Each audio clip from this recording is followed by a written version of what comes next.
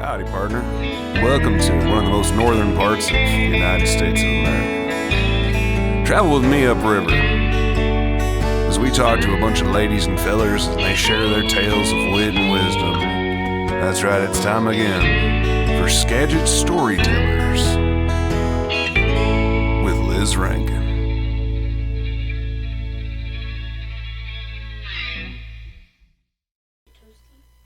Not right now, Olive.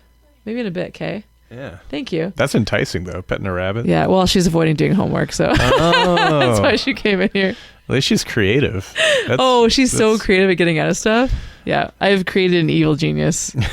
Yeah. I used to do all sorts of stuff to get out of doing homework when I was a kid. Like from your teachers or your parents?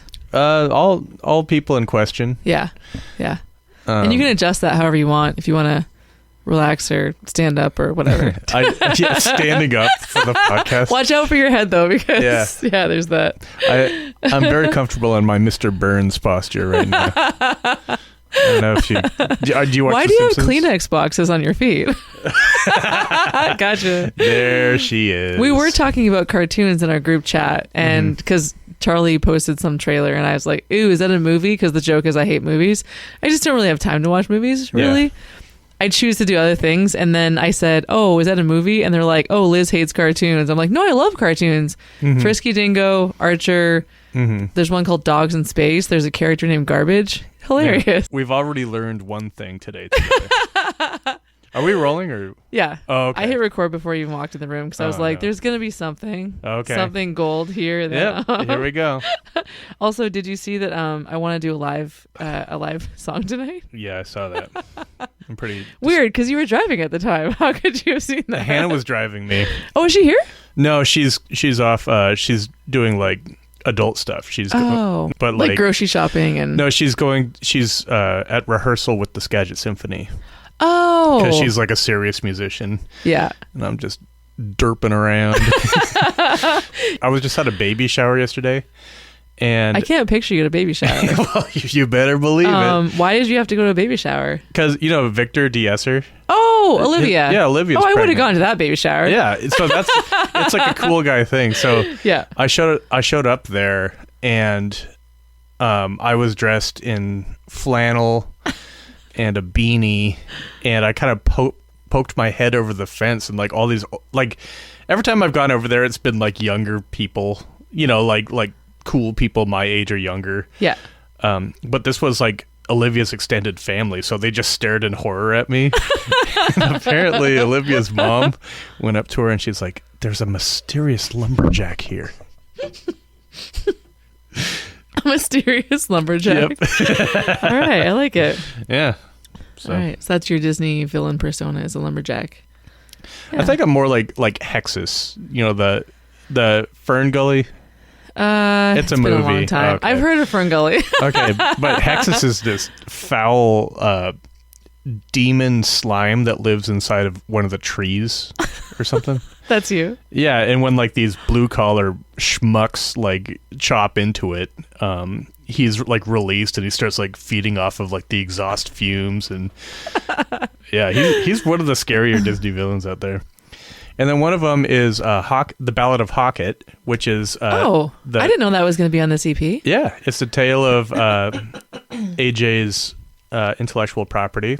We're doing it without his permission, so we have our lawyers, AJ has his lawyers, and it's going to get real messy. No, I'm joking. AJ just I don't want to say he commissioned it, but I think he's totally down with it. I think he said, "Can you write a song for my movie?" Okay. Yeah, I'm pretty sure. I think he's just stoked about it. Yeah. I love AJ because he's like he's 20 years old, and look at all the stuff he's doing. Like, it's pretty cool. Yeah, that he's putting himself out there.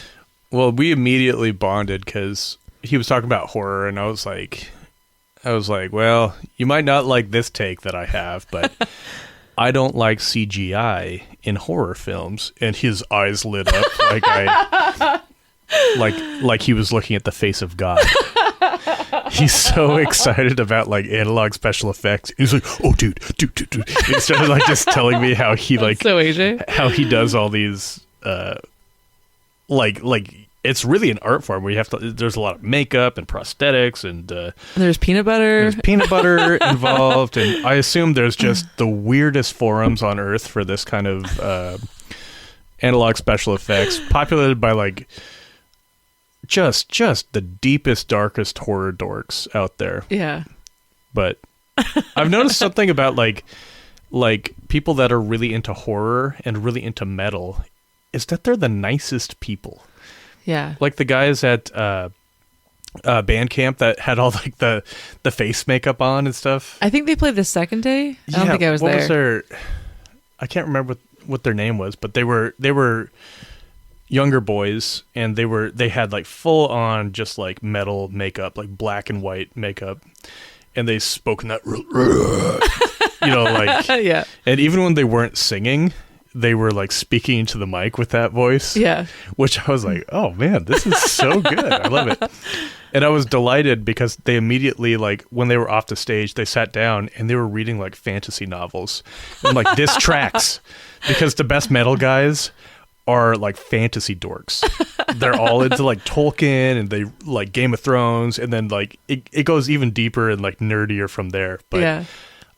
To me, that's metal cred when somebody can like speak a little Elvish. Yeah. I'm guessing you probably met AJ at Cody's album release party. Correct. Yeah, the Hub. Yeah. Actually, Jeff Spradlin from Lazy Acres was here yesterday, and I think he met Cody maybe for the first time that night, and he talked about you and how you guys met in the picture. Like, it was the jam outside, and then you guys all lined up for a photo, and you and Jeff are pretty tall. Yeah, we're the big boys in the back. Yeah. So he goes, yeah, I stood beside Tim, and I introduced myself, and he said, oh, I know your brother, Justin. Yeah. Yeah. So, yeah. So you delivered pizzas with Justin? I did more than deliver pizzas with Justin. What did you do? We in a lot of ways, we were close. We were closer to brothers than him and Jeff. Really? No. No, we were just like, it was a Domino's pizza that was kind of like ripped out of the side of a, it was like in a Shell station. So we were sharing a Shell station with a Subway. So it was like three horrible companies crammed into one.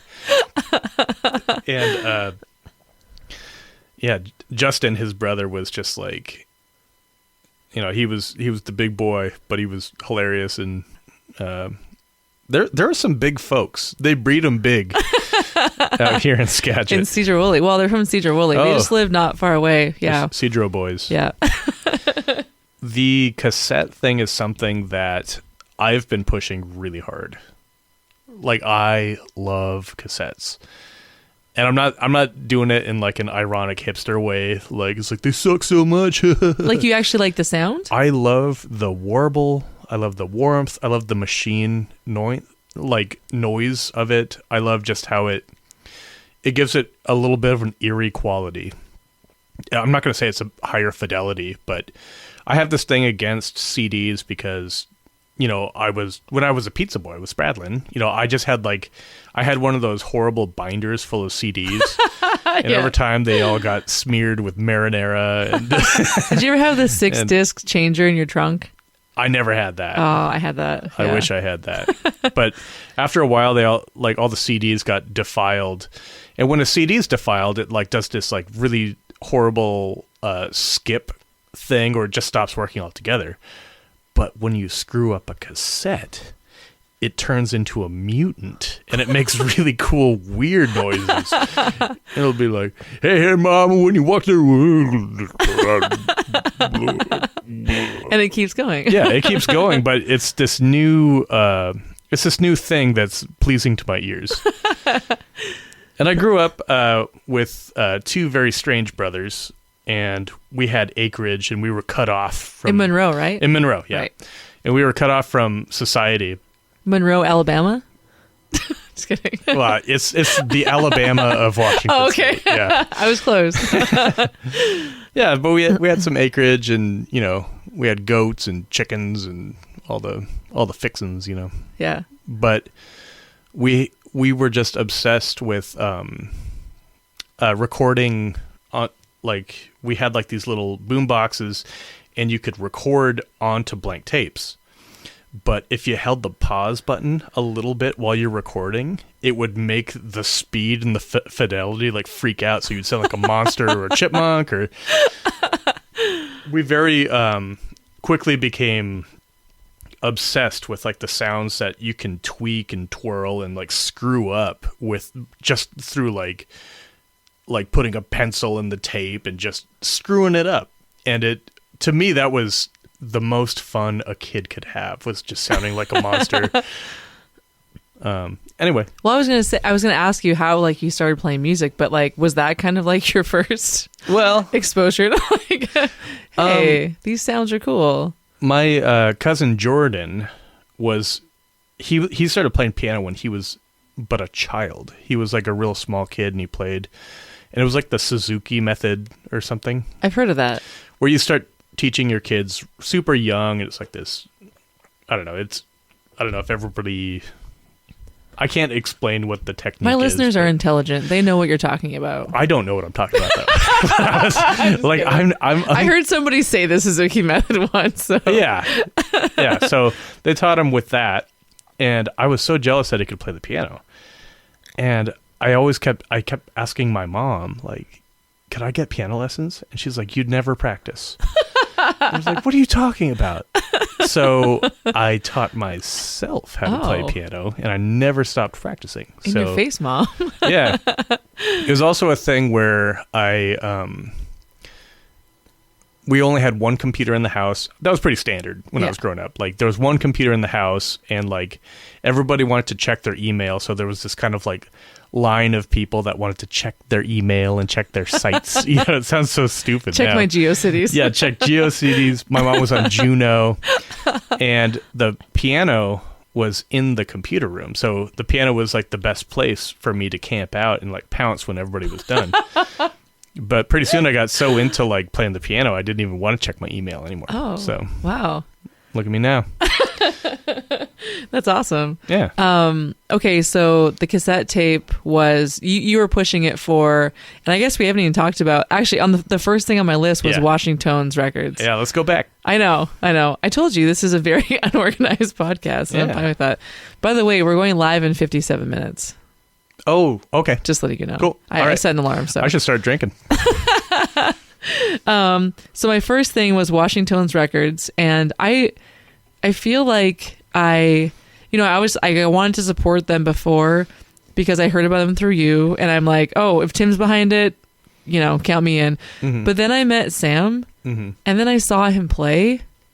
Oh, geez, I'm blown away. He's amazing. Yeah. So I'm like a super supporter now. I want to buy everything they put out. And, but I guess, I'm not sure of the story. So yeah, let's tell the tale. Tell it there than I can. Yeah. So how did you meet Sam? Sam and I knew each other for a long time. And I think it was like 10 years ago before I left Bellingham for Arizona for a while. Oh yeah. Like 5 years, you said? Yeah. I was in Arizona for 5 years. But before I left, Sam and I like bonded over like a deep love of the band Ween. Oh, okay. I'm trying to think of like one hit they had, a big top hit. I don't know if you can call them hits with Ween. I feel like I know them, but probably from like, did they have like one single that made it? No. I guess like Push the Little Daisies got some like MTV play back in the day, but it was like Ween is a journey. Like, were you wearing a Ween shirt and he's like, hey? I think I was playing a Ween song. His ears like pricked up. And, like he was just excited. But he's the biggest Ween fan I've ever met. So we had like this deep like bond over like love of Ween. And then I went away for 5 years, and we weren't like tight good friends. He was in this band called the Von Vettas that were really good, and they were kind of more like a serious band, and I was kind of like the extra guy in a lot of bands. But we were mad about town. We were just like friends, and we both loved Ween. And then I went to Arizona, and I sold all my instruments. And I'm like, I'm just going to be a white collar guy that has a job and just, comes home from work and streams things on TV. And I'm just going to, You made that choice? Because music had been such a like dark experience for me. Like before that, it was so like thankless and cruel, and so many bridges were burned from it was just a very, very dark experience. So I sold all my instruments and I moved to Arizona, and I worked at a marketing agency, and I was just a normal person. And it's kind of like I don't know if you saw the Simpsons episode like Flaming Moe's. Yeah. Where no, it wasn't Flaming Moe's. It was when Moe tries to turn his grungy tavern into a family-friendly place. Yeah, I'm sure I have. I think I've seen it. Yeah, and he calls it Uncle Moe's family-friendly feed bag or something like that. And he's like putting a smiling face on, and he's like, faking it all. Does all these birthday songs and stuff. Yeah. It tries to make it wholesome, but he just can't hold it together, and he eventually freaks out at this kid, and that's what happened to me. So I tried to be You snapped? I tried to be Uncle Moe for a while, and I Okay. just went bananas, and I had to just become a degenerate musician again. So here I am. Well, and I mean, do you feel like it's the same journey again? Oh no, I was going to It's say, like- I feel like it's the opposite. well, like I came back, and all of a sudden everybody's like, "Who are you?" Like everybody's like interested in what I have to offer now. When did you come back? What year? Well, I moved to Portland in 2020, and there was no music played that year. I'll tell you that. Especially in Portland. Yep. And then Hannah and I moved to Mount Vernon after that, but we didn't know any of the Skagit people, so we moved to Bellingham, and then we started gigging, and that's when we met Jack and Dylan and Now you know all the Sean. Skagit people. Now I know all the Skagit people. Now that you live in Yeah. Whatcom. So 2021. Yeah, that's kinda when when you guys came that's when back. I started like getting back into music. Yeah. I This feel is like- too good to be true. I feel like I'm Carrie at the prom, and pig's blood is about to be dumped on my head. We don't actually like your stuff, Tim. Yeah, when people This is all a ruse. Yeah, because my music was met with angry yawns before. It was like, I'm shocked at that. Yeah. And you were singing the same music you're in now? no, I've written new stuff. Okay. But like the same, I mean, kind of like sort of style or Yeah, I mean, like your music hasn't changed very much. yeah, Okay. it has not, like, it's still been the same thing. I think maybe like cultural tastes have like shifted enough that they like my kind of like Vonnegut rock sensibilities. I don't know. It's strange. So now everyone loves you. Okay. So you're in Arizona for 5 years, Mm-hmm. came back, and then you reconnected with Sam. Yeah. Okay. So, man, I am all over the place. No, this is a typical podcast. Okay. Yeah. So It's usually way worse. So Sam was touched with tragedy. He lost his wife, and he was just totally crestfallen about it. And I was like, oh my God, man, if there's anything I can do, like, and I really wanted, because I've had a lot of grief in my life too. And I know that the best thing you can do in those moments is like stay busy and create, so originally Sam and I were just writing like these like kind of like fake vocal lessons. Like we were going to do like a joke vocal lessons channel, and we were writing like these scripts, and they were just like completely bananas. Like they were just really weird and like meta, and it was kind of like Andy Kaufman sort of humor. Yeah. But we were writing this. We were just like working so well with each other. And I don't know what it happened, but we were just like, we should probably just start a record label. I don't know how that came out of Obviously. it. I think I was talking about, because there was this magazine in Bellingham called What's Up Magazine. Oh, I've heard of that.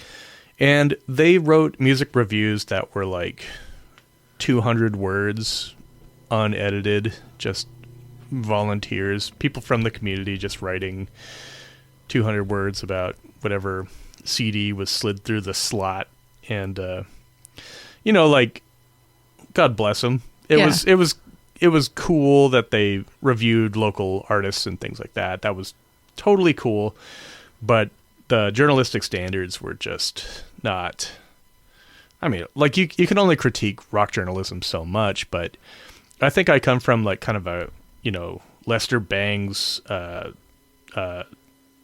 Klosterman. I was just going to say Chuck Klosterman. Yeah, I was coming from that sort of mentality of like people thinking deeply about rock and roll music, and not just rock and roll, but like getting downright like literary with music. And I was just like, it's just not there. And then I released an album, The Decline of Flies and Rise of Spiders, and I started like sending it out to like reviewers and stuff. And it's such a shitty process how it happens. You have to go through like Submit Hub, which is like this weird site, and you have to buy credits, which turns it into like tokens, like Chuck E. Cheese. And then you have to submit your Spotify link to people in Brazil and Romania. And wow. Most of the time they just say they won't review it. Yeah. And then other Thank you for buying the tokens. But... Yeah, thanks for the tokens, but we're going to pass. Yeah.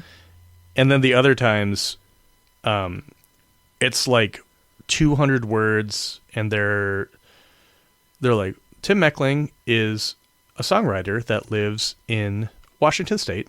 The runtime of this album is 44 minutes and 37 seconds. Some of the tracks include this, this, and this. The genre is this.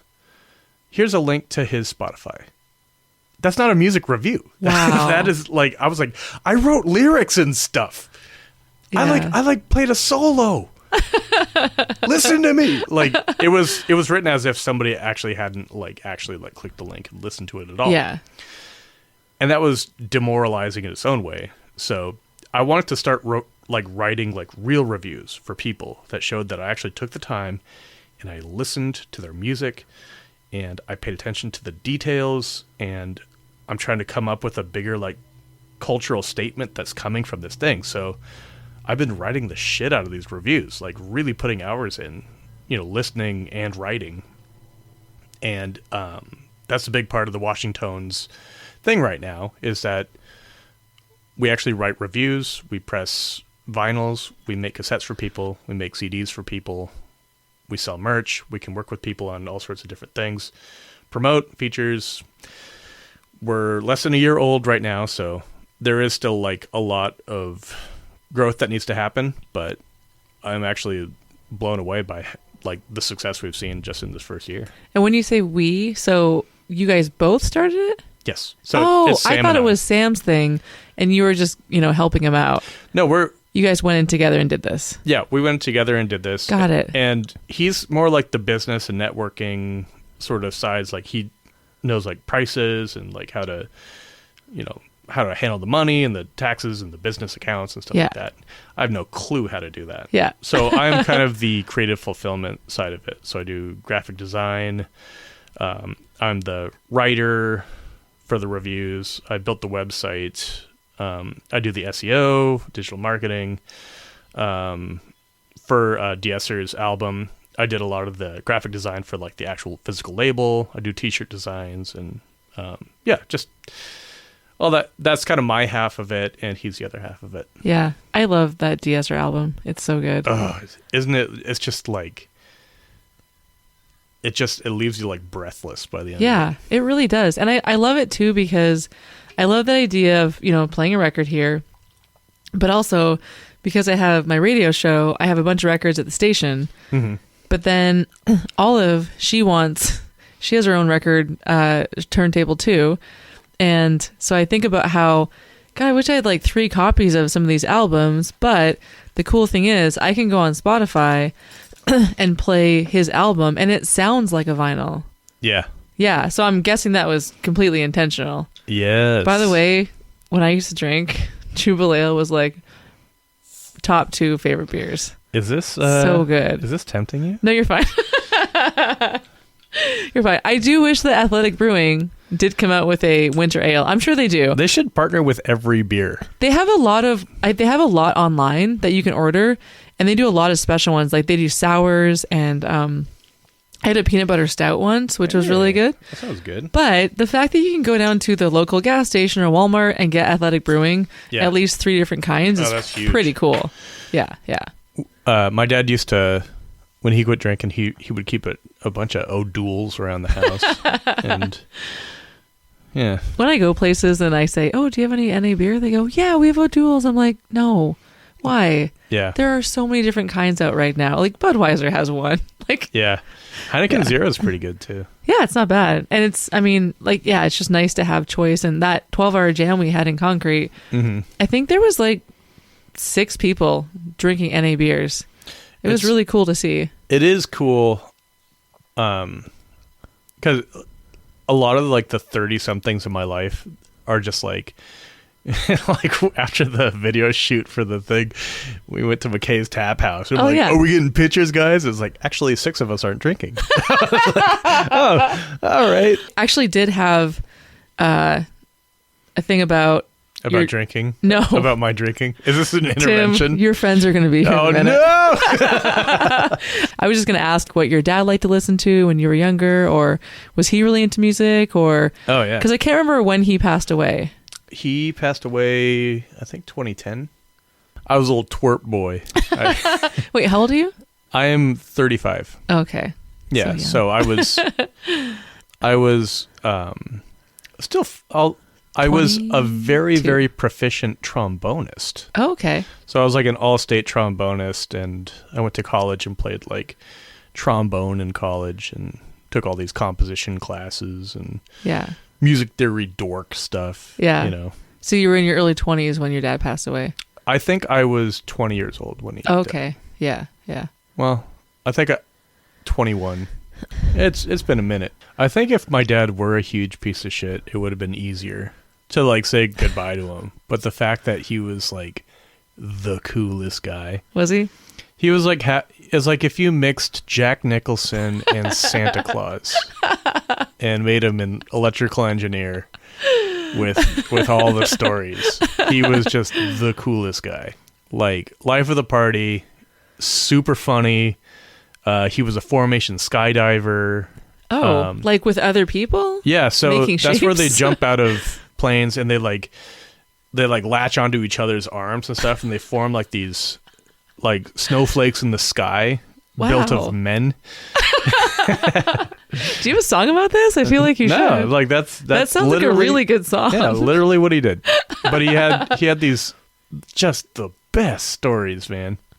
Mark Mechling was a formation skydiver. I think he had something like 24 hours of freefall time.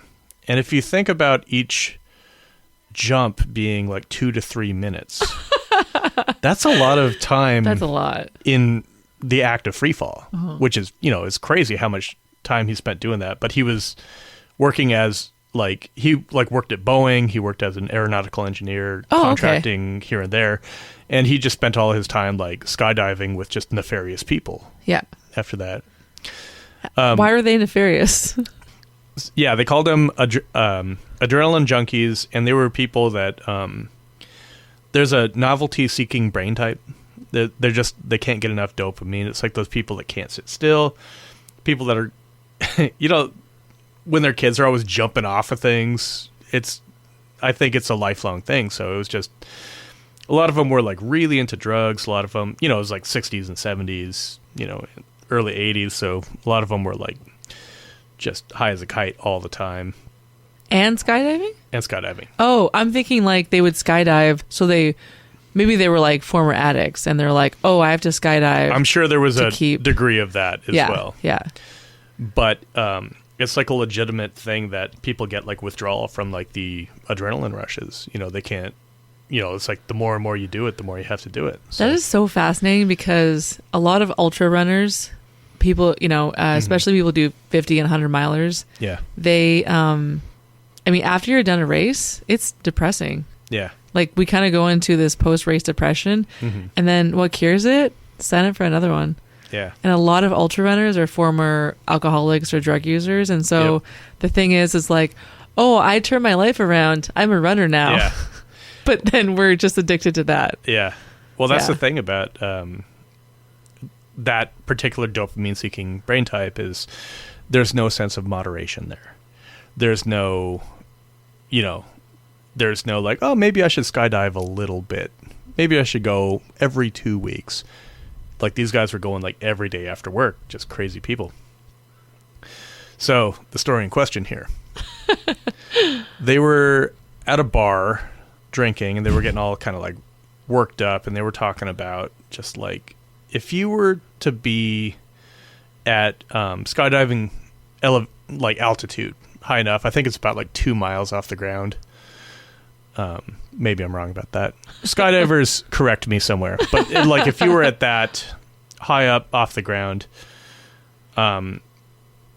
if you were to throw a chicken out of an airplane, whether it would fall like a rock or if it would kind of stretch its wings out and glide to safety to the ground. It was kind of a physics question. It was kind of an animal behavior question. And they were just getting all like worked up about it. And a lot of them were like aeronautical engineers, so they're drawing out like schematics of like how, it's like, well, if you look the lift on the chicken's wings, like they're getting really into it. Pretty soon they find themselves at 2 miles up with a chicken on their lap. And they open up that big sliding door on the Cessna. Oh man. And with a great big heave, they throw the chicken out there.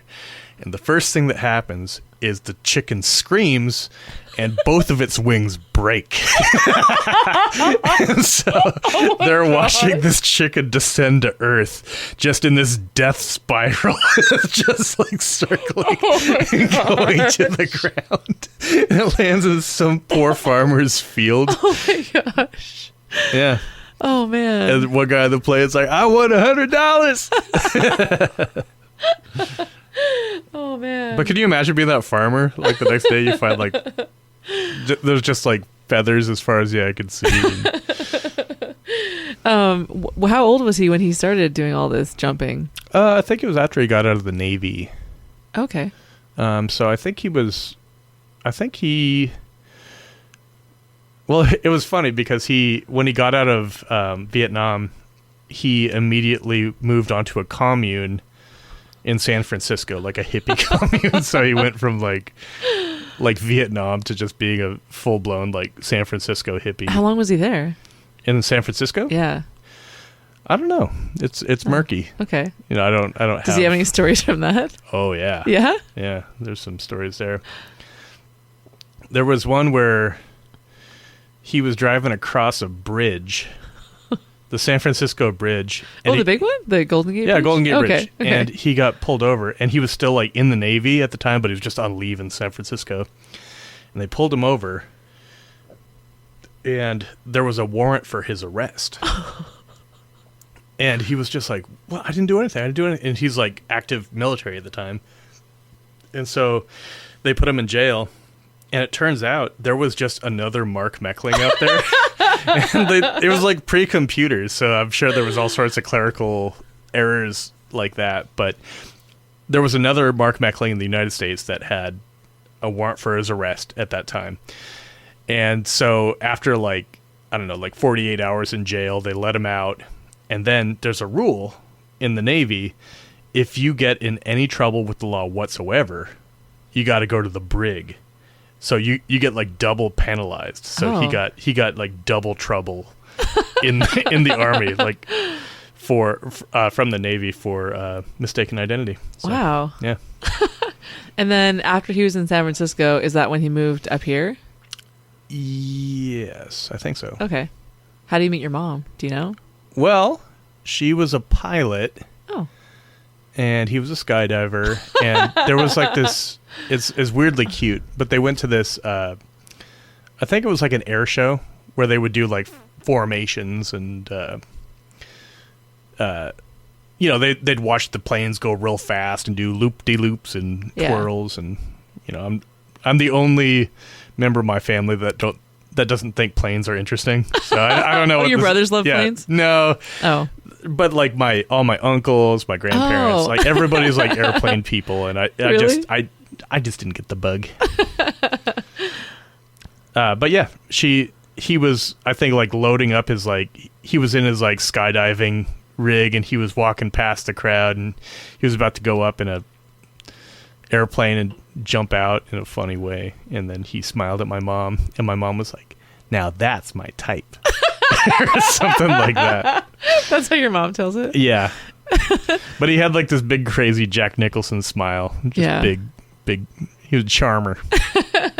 So are you the middle one? I'm the middle kid. I knew it because we talked about that in the car, and I was like, that makes sense. That's why we get along. We're all big, beardy boys. The three of us are bearded men. Morgan, I think, looks more like my mom. I think I look more like my dad. And Chris looks more like a toad. Okay. I'm just joking. No, Chris looks almost like he's like me if I had a child with Don Draper, John Hamm. Who's Don Draper? Okay, you don't watch. Oh wait, from Mad Men? Yeah, that guy. Oh, I've heard of it. I haven't seen it. So he's got the kind of crazy eye intensity of like Don Draper. He's a cool guy. You guys should meet Chris. He's cool. So are they both musicians, Morgan and Chris? No. Okay. Do they work at Boeing? No. Okay. Where do they work? Morgan works at Costco, and Chris is in college right now, going to school for molecular engineering. Okay. Are they local? Morgan lives in Anacortes. Okay. And he's got 2 kids. He's a single dad, which is, that's a hard thing to do. Yeah. Yeah. And then Chris is a full-time student, but he's on the GI Bill because he went to Afghanistan. And wow. Yeah. He got one of them honorable discharges. So is Morgan coming to your show? Morgan doesn't really leave the house. He's not a big house leaver. I think he just likes to like hang out with his kids and play video games and rough house and 2 boys. It's a boy and a girl. Oh, okay. But she's tomboyish. I shouldn't assume that like only boys rough house. Yeah. Oh yeah. Sorry. Canadian. I just use that for an excuse. I mean, girls do horseplay too. That's true. Okay, I'm going to go back to my list here because I want to make sure we don't forget anything because we're going live in 29 minutes. Oh, God. I know. I almost thought I kind of wanted to do the whole thing live, and then I was like, no. Oh, no, that's dangerous. It's way too much pressure. Yeah, I said all those anti-Semitic things at the beginning. As you're walking up the stairs. Yeah. I don't know if I'm going to do that as a joke. Okay. Oh, yeah. We haven't talked about how we met yet. So I always like to talk about how we met. Mm-hmm. I think we met on Instagram first. Mm-hmm. And you made a poster for a show at the honeymoon. Oh, that's a cool poster. I started looking at your account and I noticed you had 666 posts. I like DM'd you. I'm like, whoa, Tim, you better post one more time or something. Or I made a comment about that. And then we started chatting. And then I was like, hey, can you make a poster for my show? And we talked a lot that day. And then it was funny because that night I went to the honeymoon. I walked in late and I look over to my left and you're like a foot away. Yeah. Do you remember that? I do remember. Okay, just making sure. It's fresh in my mind. I think we met that night and then I don't even know. I think I just maybe asked, because you did my graphic for my radio show. Yeah. I think I was like, do you want to come on sometime? And you're like, next week? I'm like, oh God, you want to come on already? Yeah. And it was so much fun. Yeah. We hung out in Concrete. Yeah, we did a This Song Will Change Your Life thing. Yeah, Tuesdays from 6 to 8. I think I had a very passionate spiel about each one of the songs. It was good, yeah. Yeah. And then we went for burgers at the Hub after. Oh, yeah. And I showed you the little fish ladder thing. And I like specifically remember like driving home, like when we were driving from Concrete to here and the sun was like perfect. Mm-hmm. And I was just thinking like, this was like a really good night. Like it's weird to like, you plan these nights like, oh, we're going to go and do this on Friday and we're going to go to this big event. And, sometimes things are letdowns. Yeah. And it's like Tuesday night in Concrete from 5 to 10. Mm-hmm. What do you expect? You don't really expect much. Not saying it's going to be terrible, but like it's a Tuesday night upriver. Like what's going to happen? And then it's magical and it's awesome. And every show I've had, every guest I've had, it's just been so great. I'm always nervous at first, then it just completely works out and you're upset it's over, like, oh man, that was 2 hours, that was fast. And then I do it the next week. So yeah, it's my favorite thing. Do you know who my guest is this week?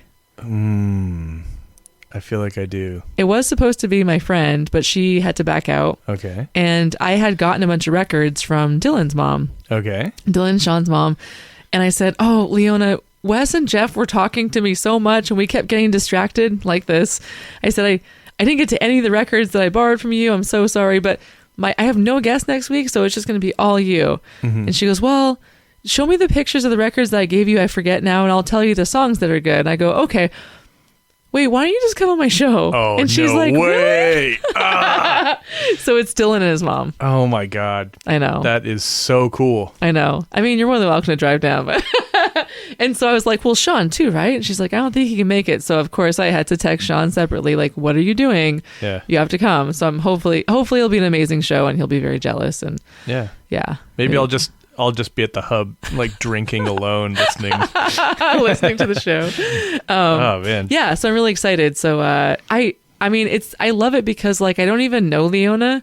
The first time I met her was at Amp Fest, and she just came up to me and said, you don't know me, but I love your podcast. And she went on, and like Dylan wasn't even on it yet. You know, it was just, I think she listened to Shane's and I think maybe Spencer's, and she just said, oh my, she's like quoting stuff from it. I'm like, thanks. Like, that's so cool. And then she was commenting on my radio show, and then she, offered to loan me some records. And I just thought, I love this, that I don't even know her that well, but yet like we're so bonded by music, Yeah. Yeah. She has a certain like Stevie Nicks quality. Oh, she totally does. She's a woman of whimsy. Yeah. And she makes very cool pants, and she makes her own pants? Well, no, not for her, but she makes like custom pants. You know the ones that like Jack wears that he's got patches all over that ass? Yeah. Those are all made by her. Because I saw Sean was wearing a similar pair. Oh, yeah. No, she's getting them for the whole crew here. Well, that makes sense. Where's your pants? Well, the rule is you have to make the holes in them yourself. So I've been doing a lot of bending over and so you bring your stairs. Pants to her that need help. Yeah, I got to break them first before I can commission her. On Go out principle, there and do some farm chores. I mean, yeah, just kidding. I feel like I should just heft a couple of beeves. That's funny. I didn't know she did that. Oh, That's no, cool. it's really good. And like when I walk around town with Jack, there's always just women that are just like, where did you get those pants? And he's always like, he's throwing business like Leona's way all the time. That's awesome. Yeah. Does she have like an actual business doing it? I don't know if it's an LLC or something. Oh, okay. I think she's just a cool mom. She is. With the skills. Well, and she also, like, she didn't hand me a stack of records and said, here you go. She showed each one and explained why she loved do you know this band, and why she loved the band, and like she'd point out specific tracks. That was the most marvelous thing about, because like I'm almost ashamed to admit it on this podcast, but I'd never heard of Jack Mattingly or like Whiskey Fever before I was like invited to join Turnkey Runner. Yeah. That was like my, and people are like surprised. They're like, what? You'd never heard it? It's like, no, I somehow like missed Whiskey Fever entirely. The whole time. They're kind of infamous here. Yeah. They're like super infamous here. And, like the first time I met him was when he came over to like jam at my house. Jack? Yeah, Jack. Yeah. And so when Sean, you met Dylan first. Yeah, through my buddy Tad that worked with them. Right. Dylan talked about this. Yeah. So that was the story there. And then all of a sudden I'm thrown into like this weird group chat, and it's just like, I was like, yeah. It's weird to be in a group chat when you don't know, like you don't know Jack yet. Yeah, I don't know Jack. You don't know that was a good game. That was still a great game. And then I didn't know what he looked like. I didn't know what he smelled like. I didn't know if that ever gets leaked. Like all of us are like we're in deep trouble. Yeah. It's so refreshing with this band because I immediately returned to the 7th grade and just the most disgusting jokes. Okay, so you met Dylan first, and then you had you had a practice. No, Jack had a practice at your house. That's how you met Jack. Yeah. So our first practice, I was just like, yeah, we can just do it at my house. Here's my address. I live in Bellingham. Yeah. And the first thing we realized, 4 beards. So we took a picture outside. It's just like 4 beardy boys. I've seen that picture. Yeah. Classic. My first car, it was the family Dodge Caravan.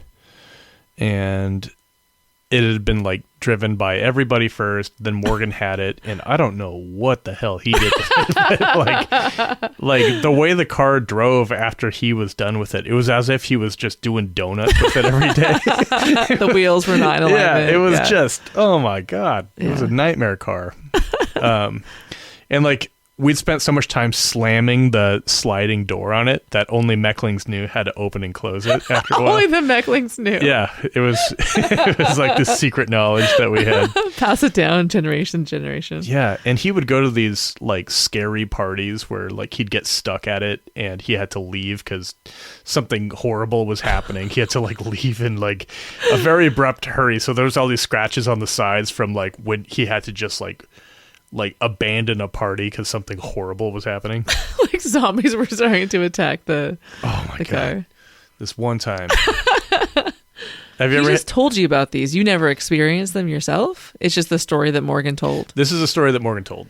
So there was this guy that he hung out with. His name was, I don't even want to say his name because he like this guy would, I'll just say that he was way outside of my sketchy tolerance level. Okay. Like let's say his name was Miguel. Yeah. Okay. Let's say his name is Miguel. Miguel Garibay. Yeah, exactly. Let's say that's his name.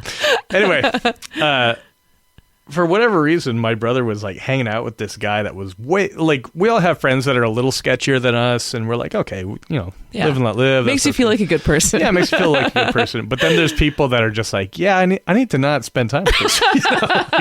Definitely one of those people. Yeah. But he was like, hey man, there's this house party. There's going to be girls there. There's going to be drinking. There's going to be, it's going to be a wild time. And Morgan's like, okay, sounds good. So he took the car to, like this sketchy guy shows up and he's got like two 12-year-old boys with him and they're smoking cigarettes and swearing a lot. They're like just young boys. They're like, give me a cigarette. Shut up. I hate you. You're a bitch. Just like horrible 12-year-old boys. So first bad sign of the night. So I was like, okay, I guess we're getting in this car. So he gets in the car with them. They go to what was sold to him as like it was going to be a house party. Okay. But they go to West Monroe. It's like this like industrial building that's been abandoned. And there's no girls. There's nobody, in fact. All there is an abandoned building. And this guy gets out of the car and he just starts piling up office furniture in this abandoned building. And he's just like, we're burning it down. And he just like lights like these desks and like all this, like he's committing arson right here, like in front of God and everybody. And the 12-year-old boy is like, hell yeah. They're just horrible kids. Using the bonfire to light their cigarettes. Yeah. It was that quality of thing. And then I can't remember what happened, but the cops were coming, and so I was like, "Oh no!"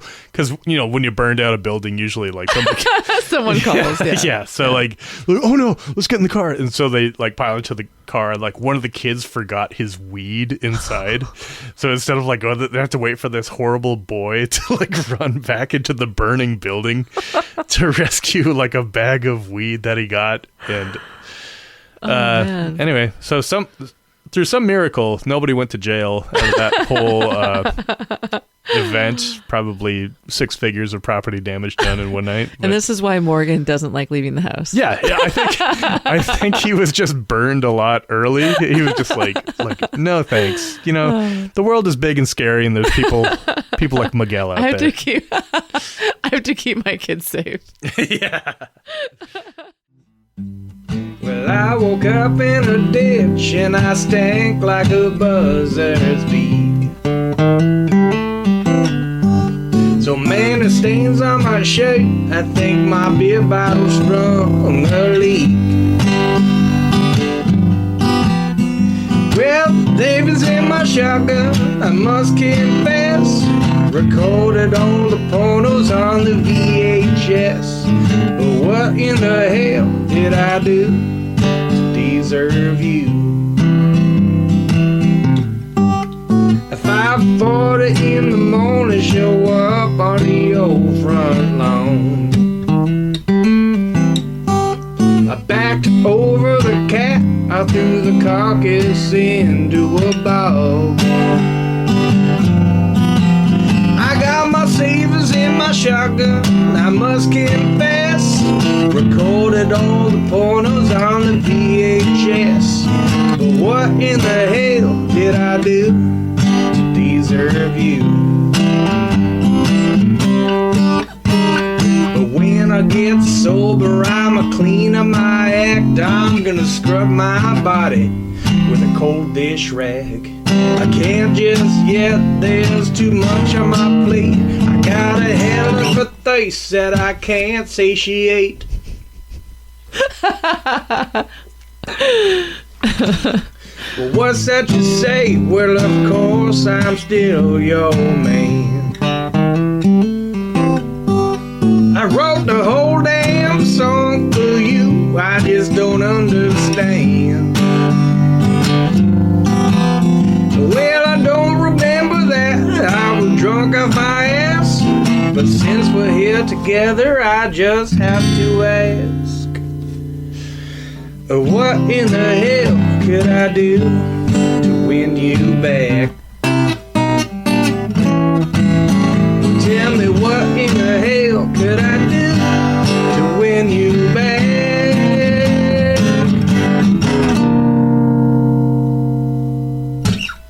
Nice. Brand new song from Tim Mechling. That's not brand new. Sorry, one that's not on anything? Yeah, it's kind of an orphan.